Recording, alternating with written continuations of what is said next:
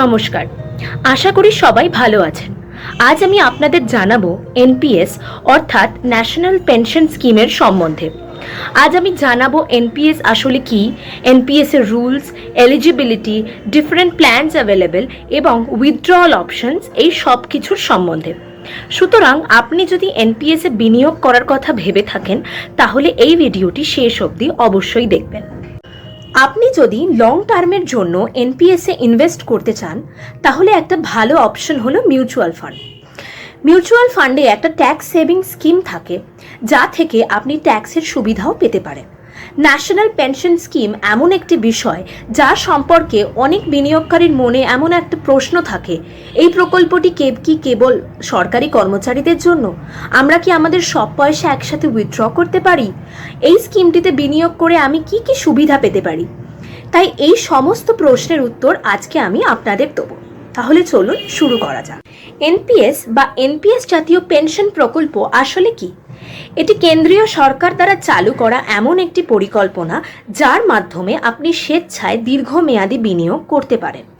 Pension scheme নিয়ন্ত্রণকারী সংস্থাটি হল পিএফআরডিএ অথবা pension fund regulatory and development authority, যেমন ক্যাপিটাল মার্কেটের জন্য সেবি এবং ইন্স্যুরেন্স সেক্টরের জন্য আইআরডিএ। আগে এনপিএস শুধুমাত্র গভর্নমেন্ট এমপ্লয়ীদের জন্য খোলা ছিল, কিন্তু 2009-এর পরে এটি প্রাইভেট সেক্টর এবং আনঅর্গানাইজ সেক্টরদের জন্য ওপেন করে দেওয়া হয়। এনপিএস দু রকমের হয়, একটি টায়ার 1 এবং আরেকটি টায়ার 2। আজকের ভিডিওতে আমরা টায়ার 1-এর কথা বলবো, যেটার মেন অবজেক্টিভ হলো সেভিংস ফর রিটায়ারমেন্ট।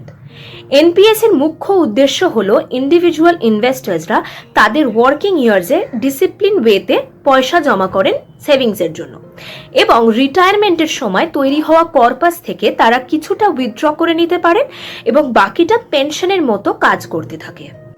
আসুন তাহলে দেখা যাক এনপিএস এর এলিজিবিলিটি কি।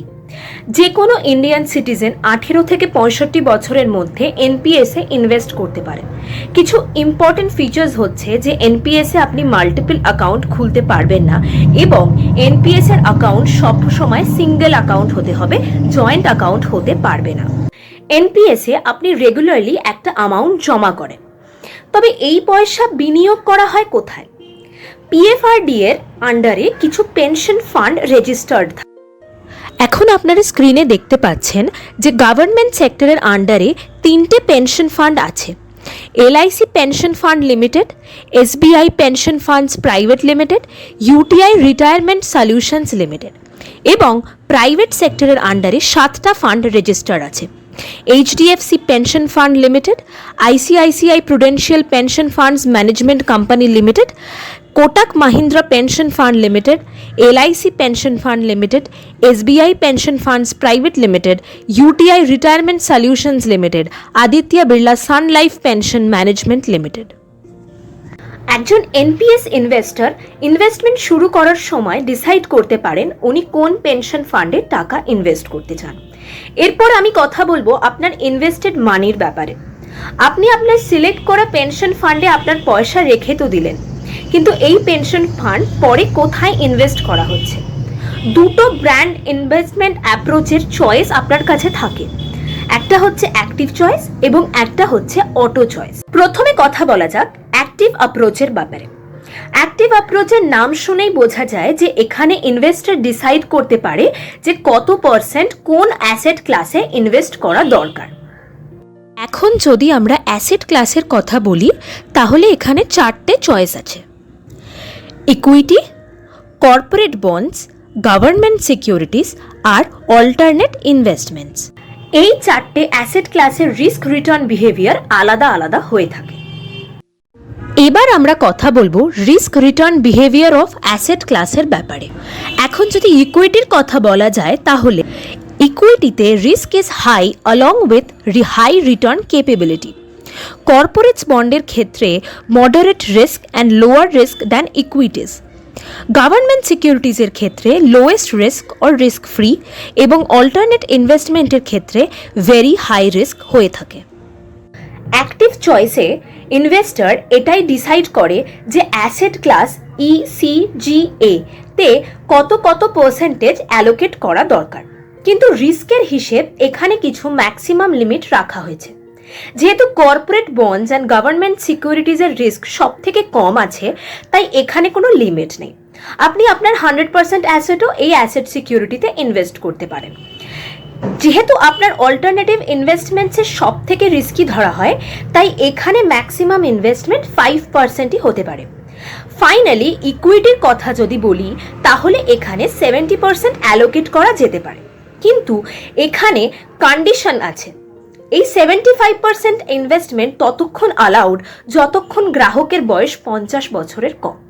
50 থেকে 60 বছর পর্যন্ত প্রত্যেক বছর ইকুইটির সর্বোচ্চ সীমা 2.5% করে কমতে থাকে, অর্থাৎ 10 বছরে 25% কমে যায়। তাই আপনি 60 বছরের সর্বোচ্চ 50% ইকুইটিতে ইনভেস্ট করতে পারবেন। এবার আসা যাক ইনভেস্টমেন্টের সেকেন্ড অ্যাপ্রোচের ব্যাপারে, যেটা হলো অটো চয়েস। অটো চয়েসে 3টে সাব চয়েসেস থাকে সাবস্ক্রাইবারের কাছে: aggressive life cycle fund, moderate life cycle fund এবং কনজারভেটিভ লাইফ সাইকেল ফান্ড। অ্যাগ্রেসিভের ক্ষেত্রে ম্যাক্সিমাম এক্সপোজার ইকুইটিকে দেওয়া হয়ে থাকে হাইয়েস্ট রিটার্নের জন্য, কিন্তু এর সাথে রিস্কও বেড়ে যায়। মডারেট লাইফ সাইকেলে ইকুইটি অ্যান্ড ডেটে যে অ্যালোকেশন থাকে সেটা প্রায় সমান সমান হয়। এবার যদি কনজারভেটিভের কথা বলি, তো এখানে ম্যাক্সিমাম এক্সপোজার ডেট সিকিউরিটিতে থাকে, অর্থাৎ কর্পোরেট বন্ডস এবং গভর্নমেন্ট সিকিউরিটিজে। এটা ছিল ইনভেস্টমেন্ট স্ট্র্যাটেজির চয়েস। ধরে নিন সাবস্ক্রাইবার একটা অ্যাপ্রোচ চুজ করেছে, অ্যাক্টিভ বা অটো, এবং তারপর তাদের চয়েস চেঞ্জ করতে চায়। সেটা কি সম্ভব? এটার উত্তর হলো হ্যাঁ, সাবস্ক্রাইবার তার চয়েস চেঞ্জ করতে পারে। ওয়ান ফিনান্সিয়াল ইয়ারে 2 বার চেঞ্জ করা যেতে পারে। শুধুমাত্র অ্যাক্টিভ থেকে অটোতেই নয়, অটোর বিভিন্ন স্টাইলের মধ্যেও চেঞ্জ করা সম্ভব। এটা তো গেল স্টাইল অফ ইনভেস্টিং চেঞ্জ করার কথা, কিন্তু যদি আপনি পেনশন ফান্ডে চেঞ্জ করতে চান, সেটা কি সম্ভব? হ্যাঁ, সেটাও সম্ভব, কিন্তু ওয়ান ফাইন্যান্সিয়াল ইয়ারে আপনি একবারই সেটা চেঞ্জ করতে পারেন। এটা গেল এনপিএস এ বিনিয়োগের ব্যাপারে, কিন্তু এই পয়সা আপনি কখন এবং কিভাবে ফেরত পাবেন? এনপিএস এ এক্সিট করার 2টো অপশন আছে। হয় আপনি 60 বছর বয়সের আগে এক্সিট করতে পারেন, অথবা 60 বছর বয়স হবার পর। এই দুটো কেসে কন্ডিশন আলাদা হয়। যদি আপনি 60 বছরের আগে এক্সিট করতে চান, তাহলে lump sum withdrawal হয় maximum 20% of the total corpus, compulsory annuity হয় minimum 80% of the total corpus. In case total corpus is less than rupees 1 lakh, then total corpus can be withdrawn as lump sum. কিন্তু যদি আপনি উইথড্রয়ালটা 60 বছরের পরে করতে চান, সেক্ষেত্রে লাম্প সাম উইথড্রয়াল হয় maximum 60% of the total corpus, আর কম্পালসারি অ্যানুইটি হয় minimum 40% of the total corpus. In case total corpus is less than 5 lakh, then total corpus can be withdrawn as lump sum. এবার দেখা যাক annuity কি। যেমন আমি আপনাদের বলেছিলাম যে এক্সিটের সময় আপনি কিছুটা ল্যাম্পসাম অ্যামাউন্ট উইথড্র করতে পারেন, কিন্তু ব্যালেন্স অ্যামাউন্টেরই অ্যানুইটি আপনাকে নিতে হবে। অ্যানুইটি অর্থাৎ গ্যারান্টিড পেমেন্ট, যেটা আপনি রেগুলার ইন্টারভ্যালে পাবেন। এই পেমেন্ট মান্থলি, কোয়ার্টারলি অথবা অ্যানুয়ালিও হতে পারে, যেটা একটা পেনশনের মতো কাজ করে থাকে।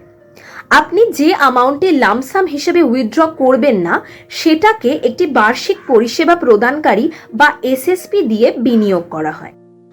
এখনো পর্যন্ত 11টি বার্ষিক পরিষেবা সরবরাহকারী পিএফআরডি এর সাথে প্যানেল যুক্ত রয়েছে। আপনি তাদের নামগুলি স্ক্রিনে দেখতে পাচ্ছেন।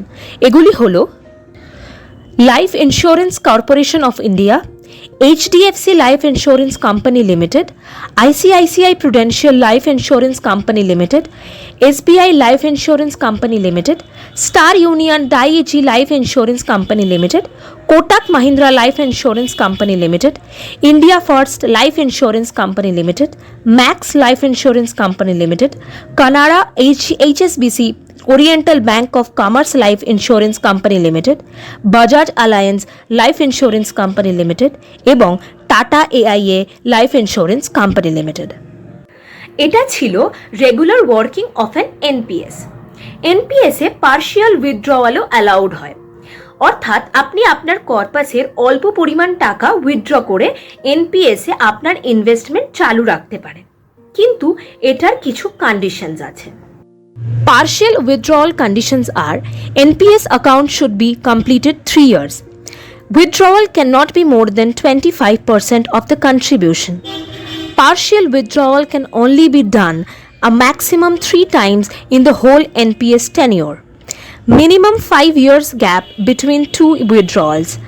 Partial withdrawal can only be done for a certain requirement, which are higher education of children, children's marriage, construction or purchase of a residential house, treatment of a critical illness. এবার লাস্টে কথা বলা যাক এনপিএস এর tax implications এবং tax benefits এর ব্যাপারে। আগে এনপিএস পিপিএফ এর মতো ট্রিপল ই ক্যাটাগরিতে আসতো। ট্রিপল ইর থার্ড ই কে এখন সরিয়ে টি করে দেওয়া হয়েছে, অর্থাৎ পার্শিয়ালি ট্যাক্সেবল। তো এখন এনপিএস ইইটি ক্যাটাগরিতে আসে। এনপিএসে আপনি 2 লাখ টাকা অবধি ইনভেস্ট করে অ্যাজ আ ডিডাকশন ক্লেম করতে পারেন, তবে 2 লাখ টাকার মধ্যে 1.5 লাখ টাকা 80সিতে অন্তর্ভুক্ত রয়েছে, অর্থাৎ আপনি এনপিএসে 50,000 টাকা অতিরিক্ত বিনিয়োগ করতে পারবেন। ট্যাক্স সেভিংসের জন্য আপনি পিপিএফ 5 বছরের ইএলএসএস এর মতো প্রোডাক্টগুলোতে 80সির নিচে 1.5 লাখ টাকা রাখতে পারেন। এটা ছিল অল অ্যাবাউট এনপিএস স্কিম। যদি আপনি ট্যাক্স সেভিংসের জন্য এখানে ইনভেস্ট করার কথা ভাবেন, তো আমাদের রেকমেন্ডেশন এটাই থাকবে যে ইনভেস্টার্সরা ইএলএসএস ফান্ড দেখতে পারেন, যেখানে ট্যাক্স সেভিংস তো পাওয়া যায়, সাথে সাথে বেটার রিটার্ন পাওয়ারও একটা অপশন থাকে। আপনি এনপিএস এর বেনিফিটস এবং ট্যাক্স ইমপ্লিকেশনস এর ব্যাপারে ফিনান্সিয়াল অ্যাডভাইজার অর চার্টার্ড অ্যাকাউন্টেন্টের সাথে ডিসকাস করুন। যদি আপনার এই ভিডিওটা ভালো লেগে থাকে তাহলে অবশ্যই লাইক, কমেন্ট অ্যান্ড শেয়ার করবেন and subscribe our channel. Thank you.